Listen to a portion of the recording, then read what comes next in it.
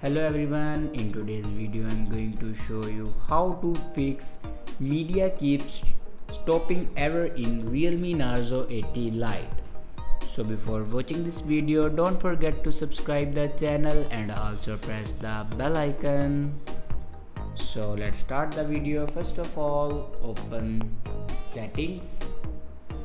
In settings, scroll down and here you can see the option software and update. Now click on it and then click on software update.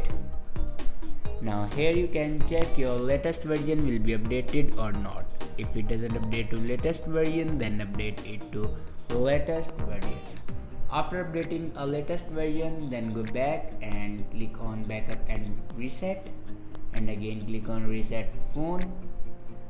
Now here you can see the option reset all settings. Now click on it. Now here enter your password to reset all your settings. After reset all the settings, your problem will be fixed. If it doesn't fix your problem, then restart your device. For restart your device, press and hold power button and then swipe up to restart your device. After doing these steps, your problem will be fixed. I hope this video is helpful for you. Thanks for watching.